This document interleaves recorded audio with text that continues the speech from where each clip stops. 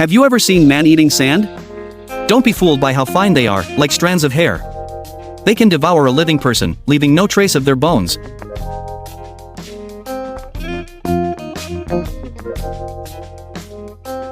A woman stepped onto the beach. Unexpectedly, the sand wrapped tightly around her, and she couldn't pull herself free. She tried to pull herself out with her hands, but they were also firmly trapped by the sand. A man rushed to rescue her, but he stumbled and fell, ending up lying motionless on the sand. The others were still in shock. Then, the screams of the two filled the air.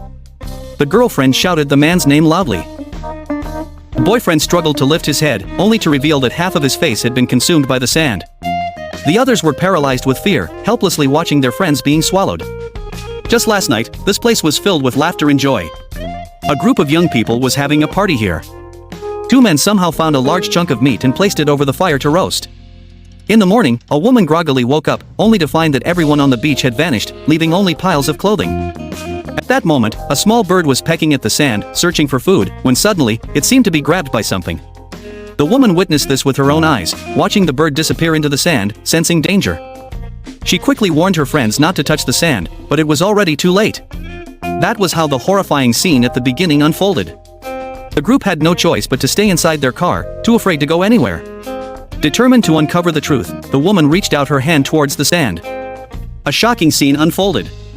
Countless hair-like tentacles suddenly emerged from the sand's surface. It was unimaginable that these creatures could devour an entire human. Meanwhile, Dezhuang woke up, unsure of how much he had drunk last night to end up sleeping inside a metal barrel. He struggled desperately, trying to climb out.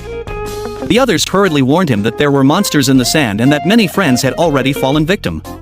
Upon hearing this, Dezhuang finally calmed down, and the group remained still, afraid to move. Would the monsters disappear on their own? As time passed, the scorching sun left everyone parched and on the brink of heatstroke. The food supply in the car was running low. Just then, the monsters began attacking the car.